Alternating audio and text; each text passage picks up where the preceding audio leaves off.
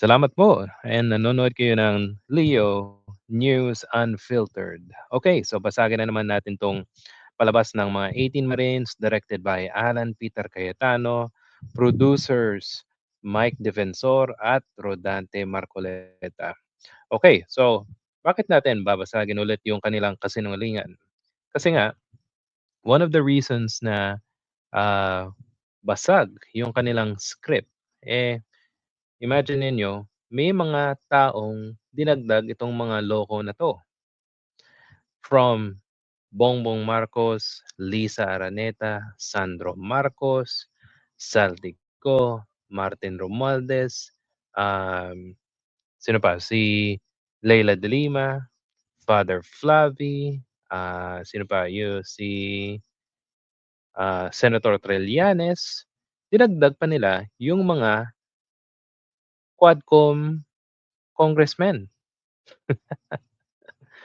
So, kung natatandaan niyo guys, context natin dito is pumunta yung 18 Marines noong June 4, 2026 sa subcommittee hearing na illegal ni Marcoleta kasama si Alan Cayetano, Pia Cayetano, nandun din si Robin Padilla at umalis agad si Loren Legarda nung panahon na yun. So nag-hearing sila kasi nga sabi nila, hindi natin na papakinggan yung mga inain, yung mga gustong sabihin, mga statements, affidavit ng mga Marines, 18 Marines, okay? So that means kailangan natin malaman yung mga anong sasabihin nila kasi nga nag-deliver sila ng halos 800 billion pesos. Believe ko 'yan, oh.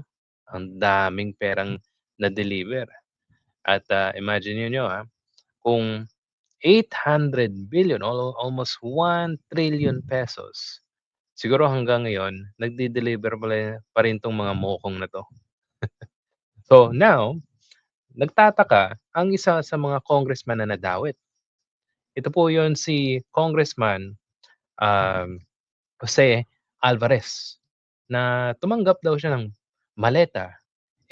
Nung unang statement, unang pag-appear ng ah, mga ex-marine ko 'no, wala naman daw siya doon sa listahan. Pero ngayon, nasa listahan na siya. So, bakit, 'di ba? Magtataka ka talaga kasi nga paano siya nasali? Wala na naman siya nung una. O ngayon pumunta si Congressman, Alvarez at, pakinggan natin yung kanyang rason kung bakit, sa kanya, nadagdag siya sa listahan ng mga allegedly naka-receive daw ng maleta. Sige. Nung nakita ko po sa Facebook na nandito yung mga sabutan ko dahil wala namang masama na mag-usap. Tatanungin ko lang sana kung sa akin ba nila binigay. So, ganoon lang po kung kaya lang, siyempre, takbo ka agad ako dito. Alam ko nandito ka eh. Kung wala ka rito, hindi man ako pupunta rito eh. Saka nandito si Senator Marcoleta. Alam naman nila, papasokin nila ako. I vehemently deny that na meron po ako natanggap. Wala akong utang si Saldico sa akin. Wala din akong utang sa kanya. At wala kaming transaksyon na maaari ko siyang bigyan o maaari niya ako bigyan ng pera. Umalis na usap ko siya noong isang araw. Pakiusap ko sa kanya, kumuha ka lang ng isang note. Kung makausap mo siya, na hindi ko siya nasabi na hindi totoo yung mga sinasabi ng mga Marines, no? Ang akin lang na ako, wala akong tinanggap personally for me. Dahil, modesty aside, ganito lang po ang buhay ko, hindi naman ako naghahangad ng maliit-malitang pera. Ganun lang po. Check, maraming salamat. Baka pwede silang magtanong. Yes. Baka pwede kayong magtanong. Okay lang. Mga 5 minutes. I'm not taking much of your time. It's your right. Salat ako dahil nakahabol pa ako. Kala ko abutan ko sila eh. I just want to ask them, kanino nila binigay? Dahil wala man akong tinanggap. O, di ba? O, nang dumating si Congressman Alvarez, umalis si Mike Defensor kasama yung mga ex-Marines. So ano yun? Dapat kung matapang sila, kasi nga pinaglalaban nila yung karapatan ng mga Pilipino na ninakawan ng pera. Eh dito pa lang, hindi nila hinarap itong si Congressman Alvarez. Oh, nabahag yung buntot? Sige, continue. Tanggapin. Or, Actually, nakita ko text report talaga. oh, At pinakyat ko, but precisely why we want everyone named to have their opportunity. And I think you got oh, for being here. wala pa kumalinis ang konsensya mo, pupunta ka na, sasama sana. Ang isa doon, nagsabi sa akin na pupunta rin dito, yung Congresswoman Garin ng Iloilo. Pinsan ko pa yan sa Sabiloso. Sabi niya, kung pupunta ka, sama ako. Eh, nakita ko ngayon, may meron kayong, hindi ko maalam to eh. Kung alam ko lang ito, nandito ako maaga pa, kinansila ko lahat ang aking mga meeting. Any question? So, any question po? Congressman, since nabanggit niyo po na walang katotohanan. Hindi, hindi sa walang katotohanan. Wala ako tinanggap na pera. Wala silang dinala sa aking malita. Okay. Ibig po ba sabihin? Hindi ko kasi narinig eh. Nasa kalsada ako kanina. May meeting ako kanina sa dito sa PIMS, yung motor show. Nandun ako.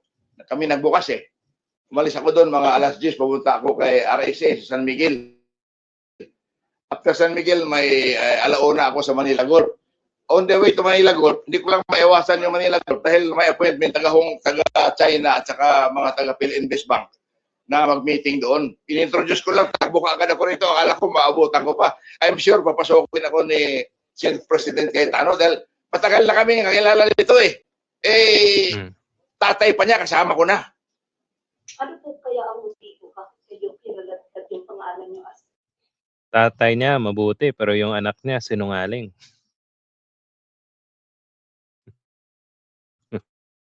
yung hindi Sabi. Ngunit, siguro may kinalaman doon si Mike Defensor nagpadala sa akin na ang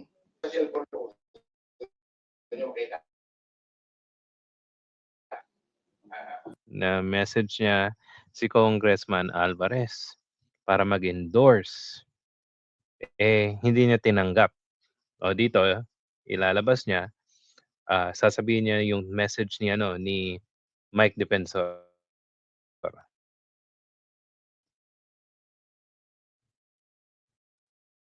Pagkatapos, pinadala sa akin na kung maaari daw endorso ko.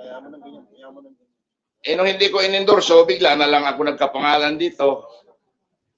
O hindi ko sinasabi na yung si Alvarez po, si Margaret ito, hindi ko kilala kung sino itong Margaret nagpadala sa akin.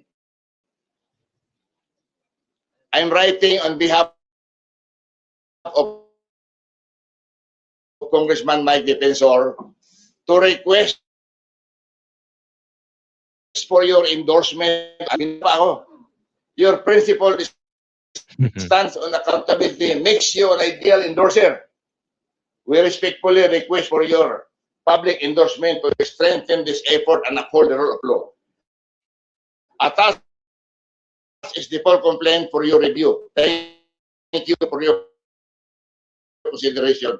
Hello po, hindi ko pa nabasa eh. Pinapa-endorse agad sa akin, pinaprint ko kaya kakapal. So, sunod noon, kasama na po. Oh, una, wala siya. Tapos, nung dininayan yung pag-endorse ng impeachment laban kay Bongbong Marcos, sinama na siya ng 5 Marines, ng 18 Marines. So, wala na yan. Kumbaga, dang! Tinamaan na. Kumbaga, yung kanilang statement, wala nang kwenta. Ito pa. Tungkol to kay Father Flavi. So, si Father Flavi ay isang Duterte critic. Okay? Matagal na. At definitely, ah, yung EGK victims ay tinulungan niya para makabawi man lang sa buhay. Pero, sabi ng mga ex-marines dinalhan daw siya ng pera at sa kampo ni Father Flavi, wala pong any cash delivery. Sana, mayaman na 'tong tao na 'to at bakit bakit ide-deliver ng involvement dun sa flood control ng pera ito si Father Flavi? 'Di ba? Simpleng-simple, eh. Yung kanilang hearing about flood control na yung pera daw pumunta kay ano, kay Bongbong Marcos, kay Martin Romualdez, kay Zaldigo, kay Sandro Marcos, kay Lisa Araneta. Pero yung pare na involved lang yung EGK naka-receive ng maleta na sa flood control, 'di ba? Kalokohan. Dun pa lang basag na yung kanilang record at yung nakita ko sa balita na wala pong church sa sinasabing lugar ng 18 Marines na 'yan. So, that's one. Here, meron pa tayong isa. Galing 'to kay Senator Trillanes, nakita ko shinare niya at dito kitang-kita mo, same person. First script, second script, nag-iba. Oh, play natin.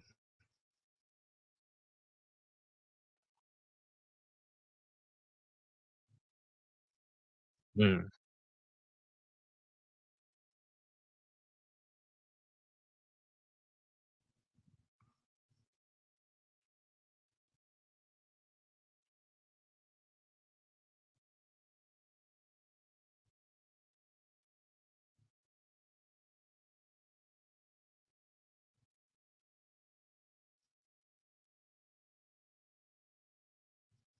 Oh, 'di ba? Okay, so una, sa bahay, okey? Ang palang second script.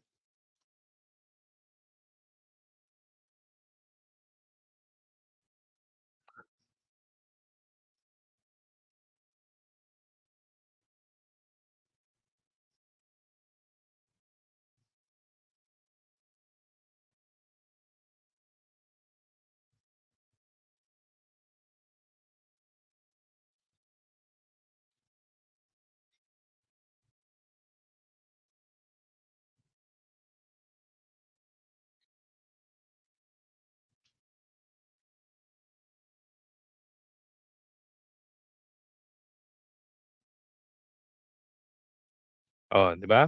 So, sabi niya, sa una residence, sa pangalawa dun sa Magdalo office.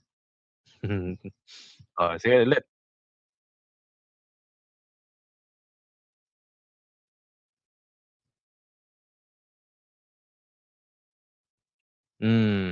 Oh, klarong-klaro, 'di ba? Clear na clear.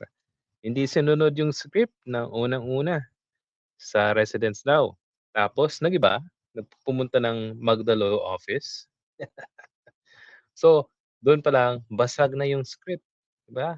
Sunog na. Oh, ito yung pinakamatindi at, pinakamasarap pakinggan galing sa Marines. Okay guys, galing po 'to, nakita ko lang 'to at definitely ito yung katawa-tawa sa minention. Kitang-kita mo yung paking tingnan mo yung face ng tao na ito. Oh, sige.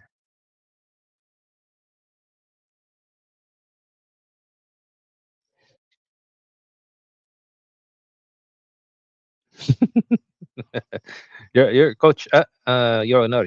Sige, sige, sige.